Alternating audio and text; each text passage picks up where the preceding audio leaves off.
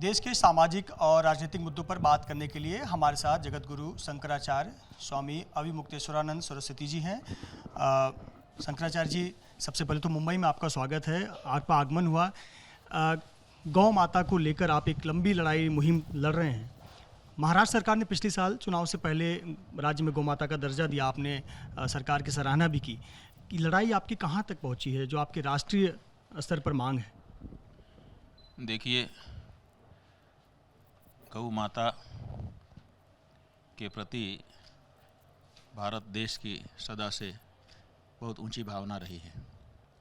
भारत में जो संस्कृति है, जो धर्म है, जो सभ्यता है, जो परंपरा है, उसमें गाय को माँ कह कर के संबोधित किया जाता है और उसको पूजा जाता है। लेकिन उसी भारत देश में आज गाय को काट करके उसके मांस को बोटी बोटी करके बेचा जा रहा है। और इसीलिए भारत के जो मूल निवासी हैं वो दुखी हैं और वो चाहते हैं कि ये अत्याचार अन्याय बंद हो। अब उस बात को समय समय पर सनातन धर्म के लोग उठाते रहते हैं। अभी गोपाल मणि जी नाम के एक गौ प्रेमी हैं जिन्होंने अपना पूरा जीवन गौ माता के लिए समर्पित किया है। उन्होंने गौ प्रतिष्ठा आंदोलन चलाया। चारों शंकराचार्यों से उन्होंने जाकर के अनुरोध किया कि आप आचार्यों को अब इसमें आगे आकर के कुछ करना चाहिए। उसी क्रम में हमारे पास भी वो आए और हमने कहा कि ठीक है, आपका आंदोलन बिल्कुल सही है, हम सब मिल कर के इसको सहयोग करेंगे। तो हम लोग कर रहे हैं और उनकी बात को आगे उठा रहे हैं। और इस समय पूरे देश में चर्चा तो है। बहुत सारे लोगों ने अपने अपने स्तर पर इस बारे में सोचना शुरू किया है। कई प्रदेशों ने तरह तरह से इस पर संज्ञान लिया है। और जैसा कि आपने बताया, महाराष्ट्र की राज्य सरकार जो पिछली थी उसने गौ माता को राज्य माता घोषित भी किया था, लेकिन उसका प्रोटोकॉल नहीं बन पाया था क्योंकि तत्काल चुनाव आ गया था। तो अभी हम आए हैं चातुर्मास्य के निमित्त यहाँ पर। एक तो यहाँ के लोगों ने जब हमसे प्रार्थना की कि यहाँ चातुर्मास्य करिए, तो हमको अच्छा लगा क्योंकि ये आदरणीय प्रदेश हमारी दृष्टि में हो गया। भारत में इस समय दूसरा कोई प्रदेश नहीं है जो गाय को माँ कहने के लिए हिम्मत रखता हो।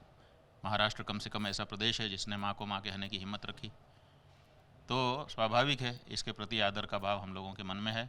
हम चाहते हैं कि यहाँ पर 2 महीने हैं तो यहाँ के वर्तमान जो मुख्यमंत्री और जो सरकार है उससे चर्चा करें और एक प्रोटोकॉल उनके लिए सुनिश्चित करवाएं कि राज्य माता है तो उसका क्या प्रोटोकॉल होगा। और साथ ही साथ जो इस समय पूरे देश में हर विधानसभा में एक रामाधाम की स्थापना हम लोग मॉडल के तौर पर कर रहे हैं, तो महाराष्ट्र की जितनी विधानसभाएं हैं उनमें एक एक रामाधाम की स्थापना 108 गायों के लिए हो, ताकि वहाँ पर एक SOP बने, एक सिस्टम बने और लोगों को समझ में आए कि रामा गौ की सेवा इस तरह से करनी है और उनका आशीर्वाद इस तरह से लेना है। आपने महाराष्ट्र की धरती की इतनी तारीफ की, पर इस समय महाराष्ट्र की धरती पर एक विषय और छाया हुआ है, भाषा विवाद। हिंदी और मराठी को लेकर विवाद चल रहा है और बहुत सारी ऐसी घटनाएं हो रही हैं जहां पर एक राजनीतिक दल के कार्यकर्ता, महाराष्ट्र नवनिर्माण सेना की पार्टी है, उसके कार्यकर्ता इसलिए रिक्शा चालकों को, व्यापारियों को पीट रहे हैं क्योंकि वो मराठी नहीं बोलते। इस बारे में हमसे पहले भी पत्रकारों ने पूछा है, तो हमने यही कहा था कि देखिए, जब कोई कार्य आपको करना होता है तो आपको उसकी शुरुआत बड़े पैमाने पर करनी चाहिए। मराठी से कोई प्रेम करे, इसमें कहाँ किसी को आपत्ति है। मराठी का प्रचार करने के लिए कोई कटिबद्ध हो जाए, इसमें कहाँ किसी को आपत्ति है। लेकिन मराठी को थप्पड़ वाली भाषा घोषित करने लग जाए कोई कि थप्पड़ मार भाषा है, तो क्या इससे मराठी का यश बढ़ेगा कि घटेगा? आज आप क्या समझते हैं कि केवल महाराष्ट्र में रहने वाले लोग मराठी से प्रेम करते हैं? ऐसा नहीं है। पूरा देश मराठी से प्रेम करता है। और महाराष्ट्र के लोगों ने पूरे देश में जा कर के, लक्ष्मीबाई झांसी में थी, कहाँ की थी? ठीक है ना। और इसी तरह से जाने कितने नाम हम गिना देंगे। तो पूरे देश में महाराष्ट्र के लोग, मराठी बोलने वाले मूल लोग जा कर के अपना अपना कार्य कर रहे हैं। और हिंदी हमारे देश की राजभाषा है, उसका भी अपना एक प्रोटोकॉल बनता है। अगर वो किसी देश के भूभाग में बोली जा रही है या उसके बारे में कोई प्रयत्न किया जा रहा है तो उसमें क्या आपत्ति होनी चाहिए। हम कहते हैं कि देश के बाहर भी बहुत से ऐसे स्थान हैं जहाँ पे मराठी सिखाई जाती है, और लोग सीखते हैं। और बहुत से लोग ऐसे होते हैं जिनको दूसरी भाषा नहीं चढ़ती है। आप ऐसा मत समझिए कि हर व्यक्ति में ये क्षमता है कि वो बहुभाषाविद हो जाए। तो जिसको, बहुत से ऐसे लोग हैं देश में, ज़्यादा संख्या है ऐसे लोगों की है जो एक भाषा ही बोल पाते हैं जीवन में। अगर उनको बार बार भी सिखाओ तब भी वो उसी भाषा को और उसी भाषा के शैली को लेकर के आते हैं। तो आप कैसे तय कर देंगे कि सबको हम मराठी सिखा देंगे? और जो लोग ये कह रहे हैं उनका इतिहास सबके सामने है। वो लोग भी तो कभी महाराष्ट्र से बाहर से आए थे। उन्हीं के बाप दादा ने जो अपनी जीवनी लिखी है, अपने परिवार का इतिहास लिखा है, उसमें उन्होंने लिखा है कि कभी हम लोग मगध से आए थे। तो जब आप मगध से आए थे तो आप मराठी नहीं थे, उस समय आपको महाराष्ट्र की भाषा भी नहीं आती होगी। लेकिन महाराष्ट्र वो महाराष्ट्र था जिसने मगध के आए आदमी को स्वीकारा और स्वीकार करके उसको इतना बड़ा मराठी बना दिया कि आज वो मराठी के लिए लड़ रहा है ना। मागधी जो भाषा थी मगध की वो भूल गया और मराठी रह गई। तो ये जो प्यार आपके पूर्वजों ने, महाराष्ट्र के लोगों ने आपको सिखाया, आप उसको क्यों नहीं आगे बढ़ाते हो कि हम इतना लोगों को प्रेम दे दें, इतना उनको अपना बना लें कि वो अपनी भाषा भूल करके हमारी मराठी में ही बोलने लग जाएं? ये रास्ता क्यों नहीं अपना? आप ठाकरे कुटुंब की बात कर रहे हैं जिनका कहीं ना कहीं ओरिजिन जो है वो मगध से रहा है। आज वो दोनों भाई एक मंच पर आ गए, लेकिन एक भाई तो ये कह रहा है कि अगर कोई भाषा का, मराठी भाषा का अपमान करेगा तो उसे कान के नीचे बजाओ, यानी थप्पड़ तो मारो पर वीडियो मत बनाओ। तो उन्हें आप कुछ कहेंगे, राज ठाकरे, उद्धव ठाकरे को? बात यह है कि हमको कहना पड़े, ऐसा पब्लिक में बोलने वाले व्यक्ति के बारे में अगर हमको कुछ कहना पड़े तो हम समझेंगे कि देश में कानून व्यवस्था समाप्त हो चुकी है। क्यों? क्योंकि अगर कोई व्यक्ति पब्लिक में खड़ा होकर के लोगों को मारने पीटने के लिए प्रेरित करता है, और इतना ही नहीं, सबूत छुपाने के लिए प्रेरित करता है कि सबूत मत छोड़ना, इसका मतलब है कि एक कॉन्स्पिरेसी है। और ये कॉन्स्पिरेसी खुलेआम दिन दहाड़े हो रही है और कानून कुछ नहीं बोल रहा है। एक आम व्यक्ति को, भारत के नागरिक को, धर्माचार्य को इस बारे में बोलना पड़े, ये उचित नहीं है। इस पर तो संज्ञान सरकार को और प्रशासन को लेना चाहिए कि ऐसा कोई कैसे पब्लिक में सबको भड़का सकता है। लॉ एंड ऑर्डर के लिए खतरा है ये। शंकराचार्य जी, एक फिल्म आ रही है एक घटना पर आधारित, उदयपुर फाइल्स नाम की। आप जी, हम पहले ये बात पूरी कर दें। हमने ये कहा है कि मराठी से सबको प्यार है, हमको भी प्यार है। और हमने जो ठाकरे बंधु हैं उनके मराठी प्रेम को नहीं नकारा है। वो मराठी प्रेम है उनका, बहुत अच्छी बात है, होना ही चाहिए। हर व्यक्ति को अपनी चीज़ों से प्यार होना चाहिए, अपनी संस्कृति से, अपनी सभ्यता से, अपनी भाषा से। तो हमने ये कहा है कि 2 महीने मौका हमको मिला है आपके महाराष्ट्र में रहने का, हमको मराठी सिखा दीजिए, हम सीखना चाहते हैं। तो अभी तक शायद उनके पास हमारा संदेश नहीं पहुंचा है। अगर पहुंचे और वो हमको सिखाएं, हमको सिखाएंगे, हम पूरे देश में जाके मराठी लोगों को सिखाना शुरू कर देंगे। आप सीखना चाहते हैं मराठी यहाँ 2 महीने चातुर्मास के दौरान? हैं कि अभी तो हमको मराठी नहीं आती है, लेकिन हम आ गए हैं और यहाँ मराठी की चर्चा चली है। तो 2 महीने के बाद जब हम यहाँ से जाने लगे तो आपसे मराठी में बात करके जाएं, ऐसा हम चाहते हैं। क्यों? इसके पीछे केवल मराठी सीखने का उद्देश्य नहीं है। महाराष्ट्र में इतने बड़े बड़े संत हुए हैं जिन्होंने अपना ज्ञान मराठी भाषा में व्यक्त किया है, उनके ग्रंथ हैं एक से एक। तो हम चाहते हैं कि उसका रसास्वादन हम मराठी जान करके कर सकें। एक मेरा विषय उदयपुर फाइल्स नाम की एक फिल्म आ रही है, जो कि एक उदयपुर में, आपको याद होगा, एक कन्हैयालाल करके एक टेलर थे जिनकी हत्या कुछ लोगों ने की, क्योंकि कथित तौर पर ये था कि उन्होंने पैगंबर साहब का अपमान किया। अब इस पर विवाद हो रहा है कि ये फिल्म बैन होनी चाहिए। मुस्लिम समाज मांग कर रहा है कि ये फिल्म बैन होनी चाहिए, हिंदू समाज मांग कर रहा है कि ये फिल्म की सच्चाई सामने आनी चाहिए फिल्म के माध्यम से। क्या ऐसे मुद्दों पर फिल्में बननी चाहिए या फिर ऐसे पर रोक लगनी चाहिए? नहीं, आखिर किस मुद्दों पर फिल्म बनेगी आप बताइए। जो समाज के मुद्दे होते हैं उन्हीं मुद्दों पर तो फिल्म बनती है, उसी में तो साहित्य रचा जाता है। जब जब समाज में जो कुछ घटित होता है उसी घटना को दर्पण के रूप में दिखाने का काम साहित्यकार करते रहे हैं, और फिल्म भी एक तरह का साहित्य है। तो वो जिस समय समाज में जो घटनाएं होती रहती हैं उसको जनता के सामने ले जाता है और उसकी मीमांसा करता है। तो जो कन्हैयालाल के साथ जो घटना घटी, आप कह रहे हैं कथित तौर पर आपकी अपनी मजबूरी हो सकती है, लेकिन उसका मामला कोर्ट में है तो इसलिए मैं इस पर टिप्पणी समझ। हाँ, वही हम समझ रहे हैं ना कि आपकी मजबूरी का मतलब कानूनी या अमुक मजबूरी है। लेकिन इस बारे में तो पहले ही वीडियो आ चुका था, जिसको सब लोगों ने घटना के बाद देखा कि हम मारेंगे, और उसके बाद फिर मार दिया, इसका भी वीडियो आ गया, मारते समय का वीडियो आ गया, और चीज़ें हो गई। तो ऐसी परिस्थिति में जो घटना घटी है अगर उसको नहीं दिखाएगा फिल्म जगत, तो हम समझते हैं कि ऐसे फिल्म जगत की ज़रूरत ही नहीं है। एक सवाल ये है कि तमाम जो पीठाधीश्वर हैं, शास्त्री हैं, अब धर्माचार्य हैं, राजनीतिक मुद्दों पर बयानबाजी करते हैं या फिर सामाजिक मुद्दों पर, क्या किसी पार्टी के पक्ष विपक्ष समर्थन विरोध या राजनीतिक मुद्दों पर बयानबाजी करनी चाहिए जो धर्माचार्य से संबंधित ना हो? देखिए, हम धर्माचार्य हैं, आप पत्रकार हैं, आप हमारे पास आए, आपसे हमारी मराठी भाषा के बारे में बात हुई, हमने कहा हम सीखना चाहेंगे क्योंकि उसमें धार्मिक ज्ञान निरूपित किया गया है, तो वो धर्म से संबंधित बात थी। फिर आपने कहा गाय के बारे में, गाय धर्म से संबंधित बात है, उसमें हमने चर्चा की। उसके बाद आपने कहा कन्हैया लाल का, वो धार्मिक धर्म के कारण मारा गया, तो ये तो धर्म के ही मुद्दे हैं, हमने धर्म से इतर बोला कहाँ। नहीं, एक और सवाल मेरा, पीठाधीश्वर धीरेन्द्र शास्त्री हैं, बागेश्वर धाम वाले चर्चित हैं, और उन्होंने कहा कि वो हिंदू राष्ट्र बनाने के लिए निकले हुए हैं, आप उनका समर्थन करते हैं? वो कहते हैं कि जो लोग गजवाए हिंद की बात करते हैं, हम भगवाए हिंद बनाकर रहेंगे। देखिए, बात यह है कि कौन ऐसा हिंदू होगा जो हिंदू राष्ट्र की बात से सहमत नहीं होगा, आप बताइए।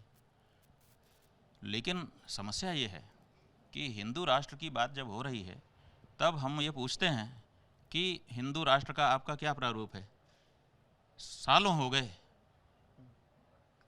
अभी तक किसी भी व्यक्ति ने जो हिंदू राष्ट्र की बात कर रहा है, हिंदू राष्ट्र का प्रारूप उसने नहीं रखा।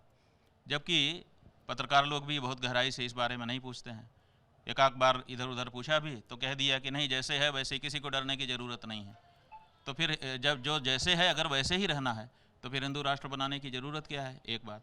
दूसरे, हमने ये सवाल पूछा है, फिर से हम पूछ रहे हैं आपके माध्यम से, कि आप बताओ कि हिंदू राष्ट्र बनाओगे, गाय कट कट कर बोटी बोटी होकर के बिकती रहेगी, कि वो उसकी पूजा और उसका सम्मान होगा, उसको माँ कह कर देश बुलाएगा आपका हिंदू राष्ट्र? अगर इस बारे में कोई बोलने को तैयार नहीं है। जब चर्चा होती है हिंदू राष्ट्र बनाएंगे, अरे हिंदू राष्ट्र बनाओगे तो उसमें होगा क्या, इस बारे में चर्चा तो करो। तो जब तक कोई प्रारूप नहीं आ जाता है, तब तक हम ये कह दें कि हम हिंदू राष्ट्र के साथ हैं तो भी गलत होगा, और हम कह दें हम विरोध में हैं तब भी गलत होगा। क्योंकि नाम किसी का कुछ भी हो सकता है, नाम नयन सुख और आँख के अंधे, है ना। तो आँख के अंधे हैं और नाम नयन सुख कर देंगे तो उससे क्या उनको नयन का सुख, देखने का सुख, रूप देखने का सुख मिल जाएगा? नहीं मिलेगा। इसी तरह से जब तक यहाँ गौहत्या बंद नहीं होती, जब तक यहाँ गंगा आदि पवित्र नदियाँ फ्री फ्लो नहीं करती हैं, जब तक यहाँ के धर्मस्थान सुरक्षित नहीं हैं, जब तक यहाँ पर धार्मिक मामलों के जो प्रश्न हैं उन प्रश्नों पर धर्मसम्मत निर्णय नहीं लिए जाएंगे, जब तक धर्म विरोधी कानून यहाँ पर एक के बाद एक बनते रह जाएंगे, तब तक ये हिंदू राष्ट्र नहीं हो सकेगा। शंकराचार्य जी, 2 महीने पहले भारत ने आतंकवाद के खिलाफ, एक पहलगाम में जो आतंकी हमला हुई जहां पर हिंदुओं को धर्म पूछकर मारा गया, उसके बाद भारत ने जवाब दिया। भारतीय सेना ने पाकिस्तान में आतंकी ठिकानों पर स्ट्राइक की, दोनों देशों के बीच में युद्ध भी हुए, एक छोटा युद्ध 2-3 दिनों का, फिर सीज फायर हो गया। किस तरीके से देखते हैं इस पूरे घटनाक्रम को? विपक्ष ये भी कर रहा है कि पीएम डर गए, उन्होंने तो सीज फायर का ऐलान कर दिया, हर कोई इंदिरा गांधी तो नहीं बन सकता। देखिए, विपक्ष क्या कहता है और पक्ष क्या कहता है हम नहीं जानते हैं। हम जो कहना चाहेंगे वो ये है कि हत्या हो गई किसी की, हत्यारा पकड़ा जाना चाहिए कि नहीं?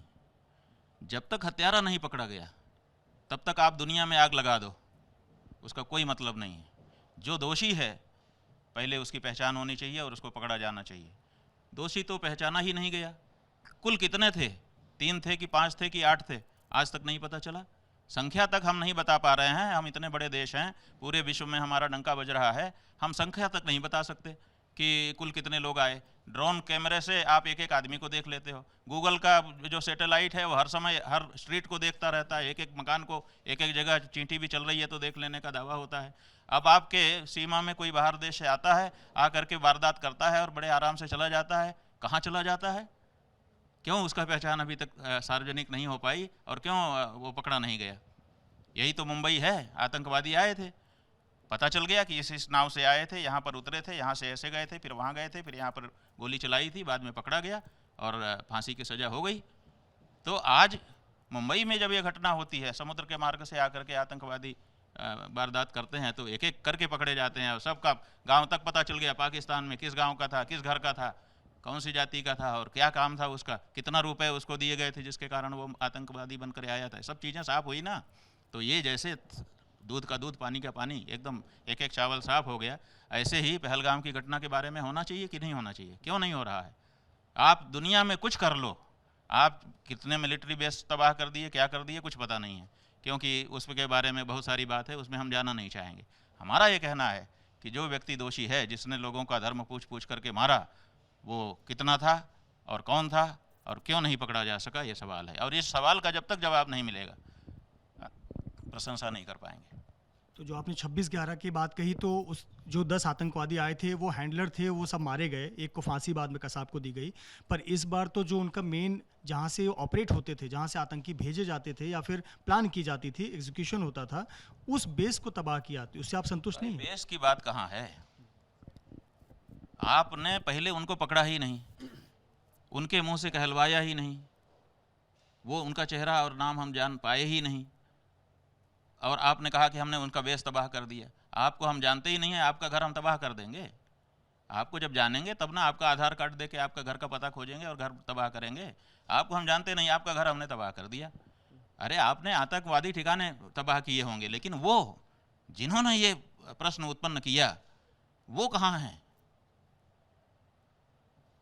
चोर हमारे घर में जिसने चोरी की, हमारी बहन से जिसने बलात्कार किया, हमारी गाय को जिसने काटा, हमारे लिए वो महत्वपूर्ण है कि दुनिया का कोई भी चोर? दुनिया में बहुत जगह चोरी हो रही है, हमारे लिए कौन महत्वपूर्ण होता है? जो हमारे घर में चोरी करता है। उसी तरह से पहलगाम में जिन लोगों ने घटना की, जिसके प्रतिक्रिया में आप कह रहे हैं कि हमने ये सब किया, उस घटना के लोगों को आप पहचान नहीं पाए। जो सच्चाई है वो ये है। शंकराचार्य जी, आपने 1 वर्ष पहले एक आरोप लगाया था कि केदारनाथ मठ से 224 टन सोना चोरी हुआ, गायब हुआ, जिसका ये प्रक्रिया है कि उसका सबूत दीजिए, कोर्ट में दीजिए या फिर समाज के सामने रखिए, पर आप सबूत नहीं दे पाए। सबूत नहीं दे पाए। हमने ये कहा था कि हम मीडिया रिपोर्ट्स के आधार पर ये बोल रहे हैं। मीडिया, चाहे वो इलेक्ट्रॉनिक मीडिया हो, चाहे वो प्रिंट मीडिया हो, 1000 कवरेज हैं और किसी एक संस्थान के नहीं हैं। हर संस्थान ने कवर किया है कि अब सोना लगेगा, अब सोना लग रहा है, अब सोना आ गया, अब ये हो रहा है, अब ये हो रहा है, सारे पूरी इतनी मोटी फाइल है। हमने मीडिया से कहा था कि मैं मीडिया के आधार पर कह रहा हूँ, मीडिया बताए कि उसने जनता के सामने झूठ क्यों बोला। आप कहो तो फाइल मंगवाएं, हम खोल दें फिर से, लेकिन 1 घंटे का एपिसोड, एक एक चीज़ दिखानी पड़ेगी। जब आप मीडिया के लोग, केवल एक मीडिया घराना भी भ्रष्ट हो जाए तो हम मान लें, जब पूरी जो मेन स्ट्रीम मीडिया है सब कवर कर रहे हैं और महीनों कवर कर रहे हैं और कोई खंडन ना तो सरकार की ओर से आ रहा है, ना तो बद्रीनाथ केदारनाथ मंदिर समिति की ओर से आ रहा है, और कवरेज होता जा रहा है, जनता में सब बातें चली जा रही हैं, और उसके बाद कहा जाता है कि नहीं वो तो सोना था ही नहीं, वो तो पानी था और हमने उसके ऊपर चढ़ाया था। तो इसका मतलब है कि पूरी मीडिया मिल करके जनता को धोखा दे रही है। आप कह रहे हैं कि जो आपने आरोप लगाया था कि आप मीडिया के बयान के आधार पर लगाया था, हम तो कह रहे हैं वो आपका निजी बयान या आपके ना जानकारी का बयान नहीं था। की बात नहीं है, हम कहाँ से कोई चीज़ जानते हैं? पहलगाम में घटना हो गई, हम गए थे वहाँ देखने के लिए कि पहलगाम में लोग मारे जा रहे हैं, या आपके चैनलों के माध्यम से हमको पता चला कि पहलगाम में घटना हो गई, उसी के आधार पे बाकी सब इंटरव्यू आपने ले लिया। और इस बारे में जब हम कह रहे हैं कि मीडिया के द्वारा आम जनता को पता चला, तो आप उससे कन्नी काटना चाहते हैं। मीडिया ने रिपोर्ट किया है, एक मीडिया करता हम मान लेते, सारी मीडिया ने महीनों रिपोर्ट किया है कि अब आ रहा है, अब आ गया, अब जा रहा है, अब लग गया, और लगने के बाद उसके बाद सरकार ने वहाँ पे बहुत सारी फोर्स भी बैठाई 6 महीने, जिस समय मंदिर बंद रहता है, बर्फ़ पड़ जाती है, कि सुरक्षा के लिए इतना सारा सोना है, उसकी सुरक्षा के लिए। और उसके बाद उसको वो भी मीडिया में छपा, फिर उसके बाद में हटा भी ली गई वो सुरक्षा, वो भी मीडिया में छपा। तो आप बताइए, अगर वहाँ सोना नहीं था तो 6 महीना सरकार ने वहाँ पर बहुत सारी पुलिस क्यों रखी हुई थी, किस चीज़ की सुरक्षा के लिए रखी थी, बताइए। ये सब जो सर्कमस्टांसेज, जिसको कहते हैं सर्कमस्टेंशियल एडवांस, क्या कहते हैं, प्रमाण, तो वो ये परिस्थिति जन्य प्रमाण हैं जो बताते हैं कि वहाँ पे घपला हुआ है, और इसको देखिए। लेकिन कोई जांच नहीं, कहते हैं वहाँ की सरकार कहती है कि हमने 6 कमिश्नर की जांच बैठा दी है। कमिश्नर की जांच का कोई मतलब नहीं था, लेकिन वो कमिश्नर की जांच भी आज 1.5 साल हो गया, नहीं आई। क्यों नहीं आई? अगर कुछ गड़बड़ नहीं है तो क्यों नहीं आई, आप बताइए। आज भी हम कह रहे हैं, वहाँ के हर व्यक्ति कह रहे हैं, हम तो नहीं देखे थे, लेकिन वहाँ पर जो पंडा, पुरोहित, हकाकुकधारी हैं, जो वहाँ के लोग हैं, वो चिल्ला चिल्ला करके हमसे कहते हैं कि यहाँ पे गड़बड़ी हुई है? तो आप बताइए, लोगों की गवाहियाँ हैं, आपके मीडिया की लगातार महीनों 6, 7, 8 महीने की रिपोर्ट है, सरकार के द्वारा की गई कार्यवाहियाँ हैं, और स्वयं जो बद्रीनाथ मंदिर कमेटी है उसने जो प्रस्ताव पारित किया है, बद्रीनाथ मंदिर समिति के जितने सदस्य हैं उन सब सदस्यों ने बैठक में ये प्रश्न उठाया है। उसका जो ऑडियो है वो लीक हो गया है, चारों तरफ घूम रहा है कि इसका हिसाब दीजिए, इसके बारे में बात करिए, इसके बारे में बात करिए। उसका कोई जवाब नहीं दे रहा है। तो अभी कम प्रमाण है हमारे पास, आप कहो। तो कोर्ट जाएंगे आप? बात यह है कि कोर्ट जाने का सवाल ये है कि हम किसकी कोर्ट में जाएं, आप बताइए। मीडिया पर भरोसा नहीं है, कोर्ट पे भी भरोसा नहीं। भाई आप किस पे भरोसा करें, बताओ आप। मीडिया पे तो हमने किया था, अब मीडिया जो है अब किनारे हो जा रहा है, अब किस पे भरोसा करें हम कोर्ट में जाएं, हम पैसा लगाएं, कहाँ से लाए होंगे हम उतना पैसा? वहाँ पे कोर्ट में खड़ा होने के लिए वकील जो है महंगा दाम मांगता है, और कौन धोखा कर देगा, सरकार से मिल जाएगा वकील, हम क्या करेंगे? तो ऐसी परिस्थितियाँ हैं कि ये प्रश्न उठ गया, बहुत बड़ा प्रश्न है, केवल हमने नहीं उठाया है, वहाँ के 25 लोगों ने उठाया है, बड़े बड़े जिम्मेदार लोगों ने उठाया है, और खुद कमेटी के लोगों ने लिखित रूप से उठाया, उनके पत्र हैं, हमारे पास भी पत्र आए हैं, उन्होंने लिखित रूप से उठाया है, मांग की है कि ये गड़बड़ी है। अब उसके बाद भी अगर जांच नहीं हो रही है और मीडिया उसको सच साबित करने में ही लगा हुआ है, तो हम कुछ क्या कर सकते हैं? ऐसा होता है कि कुछ चीज़ें ऐसी होती हैं जिनकी जांच के पहले ही पता चल जाता है कि सच्चाई क्या है। तो जनता जान चुकी है कि वहाँ पे घोटाला हुआ, और बाकी जगहों पर भी हो रहा है। सरकारें जहाँ जहाँ बैठ गई हैं मठ मंदिरों में, क्योंकि उनकी धार्मिक बुद्धि तो है नहीं कि वो भगवान का ये धन है, इसका एक चूरा भी खा लेंगे तो हम बर्बाद हो जाएंगे, ऐसा भाव तो उनका है नहीं। इसलिए धर्म स्थानों को आमदनी का स्थान बनाना पहला काम सरकारों का होता है, और दूसरा काम होता है घोटाला करना। जिन लोगों को अपने आदमियों को बैठाते हैं वो घोटाला करते हैं। शंकराचार्य जी, मेरा एक आखिरी सवाल। हम फिर से कह रहे हैं, आप आखिरी सवाल करो, उससे पहले कह रहे हैं कि केदारनाथ में घोटाला हुआ है, हमने कहा है, इस पर अगर निष्पक्ष जांच, भारत की सबसे बड़ी जांच, सीबीआई की जांच या जो भी होती हो करवाइए, दूध का दूध पानी का पानी हो जाएगा। हम अभी भी उसी विश्वास के साथ कह रहे हैं। एक मेरा आखिरी सवाल ये कि शंकराचार्य पद पूरे देश में सनातन धर्म में, बताना चाहेंगे, हमने कोर्ट जाने की पूरी तैयारी कर ली थी, लेकिन उसी समय केदारनाथ के रास्ते में आपदा आ गई, तो फिर हम लोगों ने सोचा कि इस समय अगर हम दूसरी बात उठाएंगे लोगों को अच्छा नहीं लगेगा, तो हम नहीं गए। लेकिन अगर ज़रूरत पड़ी तो हम जाएंगे भी, ऐसा नहीं है कि नहीं जाएंगे, हमारे पास सब प्रमाण हैं और हम कोर्ट भी जा सकते हैं। लेकिन सवाल वही है कि हम जनता के गाढ़े पसीने की कमाई जो हमको धर्म कार्य के लिए दी जाती है, हम पहले उससे, जिन मंदिरों में पूजा पाठ नहीं हो रहा है उसमें दिया बत्ती लगाएं कि पहले कोर्ट में फीस जमा करें? सवाल यही है। मेरा एक आखिरी सवाल ये है कि शंकराचार्य सनातन हिंदू धर्म में सबसे सम्मानित पद, पर जब आपकी बात आती है तो आपको एक विपक्ष के नेता के तौर पर प्रोजेक्ट किया जाता है कि आप विपक्ष वाली बात करते हैं या कांग्रेस के प्रवक्ता के तौर पर बात करते हैं, ऐसा आरोप आप पर लगता है। आप चाहे सोशल मीडिया देखें, मीडिया देखें या राजनीतिक गलियारे में बात करें, इस पर आपकी क्या प्रतिक्रिया? जिस प्रकार के आप स्टैंड लेते हैं, ये माना जाता है कि आप बीजेपी और पीएम मोदी विरोधी हैं। हमने कब बीजेपी का विरोध किया, कब पीएम मोदी का विरोध किया? आप पीएम मोदी के खिलाफ तो आप चुनाव में उम्मीदवार उतार रहे थे। उम्मीदवार हम गाय के पक्ष में उतार रहे थे। किसी मुद्दे पर चुनाव लड़ने का सबको हक है। आप बताइए कि अगर विरोधी आप मान लेंगे किसी को अपना मुद्दा उठाने के लिए, तब तो फिर हो गया। अच्छा, आप जब हमने चुनाव लड़ाया था, जिस समय पीएम मोदी चुनाव लड़ रहे थे, हमने एक व्यक्ति को लड़ाया था गाय के प्रत्याशी के रूप में, ये बिल्कुल सही है। तो अब सवाल ये है कि हमने उस समय, हमारे खिलाफ भाजपा का भी कैंडिडेट था, नरेंद्र मोदी थे, कांग्रेस का भी कैंडिडेट था अजय राय थे, और बसपा का भी कैंडिडेट था कोई लारी थे, और दूसरी पार्टियों के भी कैंडिडेट थे। लेकिन आपने नाम केवल एक का लिया, मोदी का। हमने तो सबके खिलाफ लड़ाया था, तो केवल मोदी जी का नाम क्यों ले रहे हैं? जब पीएम, हमने तो ठीक सबके है, खिलाफ लड़ाया। समझ गया, आपका विषय समझ गया। जब लेकिन बनारस में जब कॉरिडोर बन रहा था तभी भी आपने आपत्ति जताई थी। भाई हमने क्या कहा कि मोदी खराब है? हमने कहा मंदिर नहीं तोड़ा जाना चाहिए। गलत था? हमने कब कहा? हमारा एक वीडियो निकाल के दिखा दो कि मोदी सही नहीं है। हमने कहा कि मंदिर तोड़ना गलत है, और जो मंदिर तोड़ेगा वो औरंगजेब है, हमने कहा। तो इसमें क्या गलत कहा? हम धार्मिक व्यक्ति हैं, धार्मिक सेंटीमेंट रखते हैं, भावना रखते हैं, और धर्मशास्त्र पढ़ते हैं, और लोगों के बीच में अपनी बात कहते हैं। और जब हमारे आंखों के सामने मंदिर ब्रूटली बड़ी बेरहमी से तोड़ा जाएगा तो हम क्या करेंगे? विरोध नहीं करेंगे, चिल्लाएंगे नहीं। राम मंदिर बना, आप राम मंदिर में भी नहीं आप गए। उसको कहते हैं कि ये इनका विरोध है। राम मंदिर का उद्घाटन, राम मंदिर में जब प्राण प्रतिष्ठा हुई तब आप नहीं गए। आरोप ये लगा कि आप ट्रस्ट में आपका नाम नहीं आया, इसलिए आप वहाँ पर नहीं गए, जबकि आपने कहा कि अधूरा मंदिर बन गया। आप बताइए कि एक शंकराचार्य का पद जो है उससे बड़ा पद है राम जन्मभूमि के न्यास में सदस्य बनना? उससे बड़ा पद है? तब फिर हम शंकराचार्य जी के पद पर हैं। अगर हमको कहता भी कोई तो हम ना बनते, हम अपने प्रतिनिधि को ही रखते। अगर कोई प्रार्थना भी करता तो भी हमारा प्रतिनिधि ही उसमें रह सकता था, हम डायरेक्ट नहीं रह सकते हैं, क्योंकि उसमें जिन लोगों को उन्होंने बनाया है वो हमारे उस स्टेटस के नहीं है कि हम उनके साथ बैठ करके व्यवहार करें। तो ऐसी परिस्थिति में आप लोग इस तरह का गलत आकलन करते हैं, हमारे शंकराचार्य पीठ की अवमानना कर रहे हैं ऐसा प्रश्न करके। आप ये मत करिए। शंकराचार्य जो है सनातन धर्म का सर्वोच्च गुरु होता है। हाँ, उसके बारे में इस तरह की छोटी बातें मत करिए। तो 2002 में, और जहाँ तक राम जन्मभूमि के बारे में बात है, ये तो सही है। आप तो सबने देख लिया जा करके।